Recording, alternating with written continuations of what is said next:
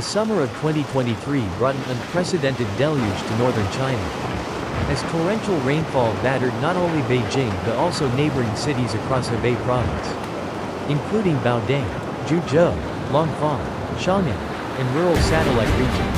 This catastrophic weather event, triggered by the remnants of Typhoon Doksuri, delivered the heaviest rainfall recorded in 140 years within the Hai River Basin, a sprawling region home to over 110 million people.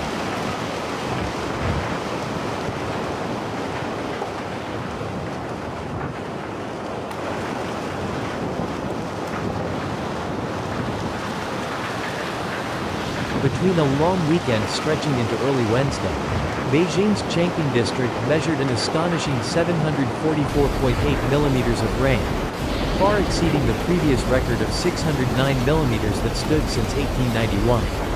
Meanwhile, Hebei Province suffered an extraordinary torrential downpour. A weather station in Baoding recorded 1.003 millimeters over just 3 days, equivalent to almost a year and a half's worth of rain.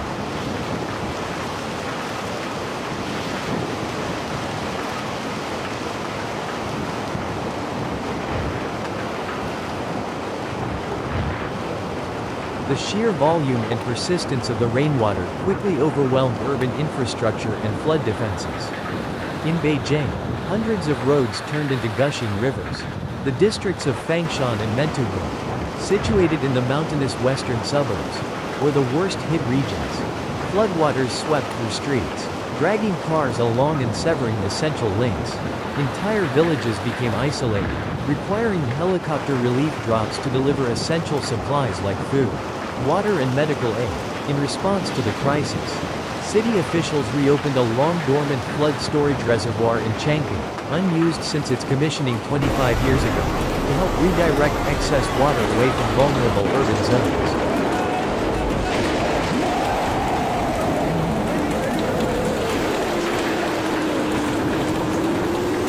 Across Hebei, Zhuozhou City, located about 100 kilometers from downtown Beijing, was half submerged under floodwaters.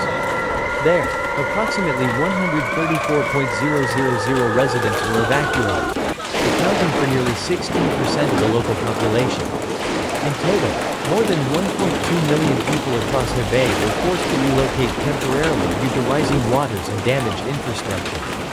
In Baoding, roughly 19,000 residents from over 6,000 households were evacuated as the city endured nearly a year's worth of rain within 24 hours, up to 448.7 millimeters in Yi district alone, resulting in flash floods, power outages in villages, and destruction of roads and bridges.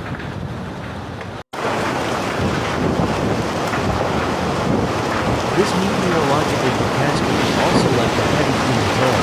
Reports confirmed at least 20 deaths in Beijing, with an additional 27 missing, and tens more fatalities across Hebei and Jilin. Nationwide, at least 81 people lost their lives, with countless more injured or displaced.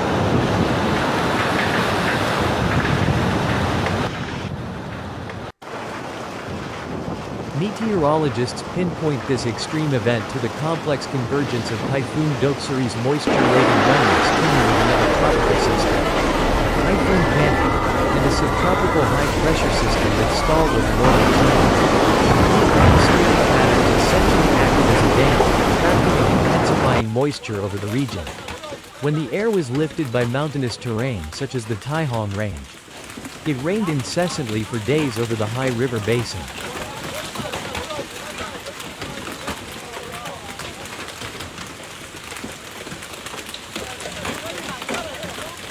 Historically, this flooding was the worst seen in northern China since 1963.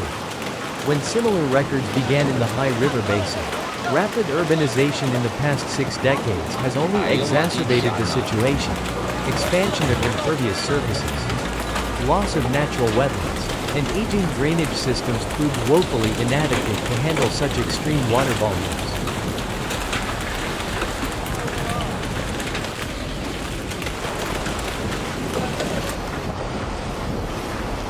In response to the disaster, regional authorities ramped up emergency protocols. Hebei elevated its natural disaster response level, while Beijing issued flash flood alerts in 4 districts and assisted vulnerable residents with rescue operations, including airdrops and emergency reinforcements to flooded roads. Social support systems have also been strengthened. By mid-2025, China revised its flood compensation policy so the central government covers 70% of losses, including livestock, previously excluded, and designated 98 flood diversion zones across river basins to mitigate future risks.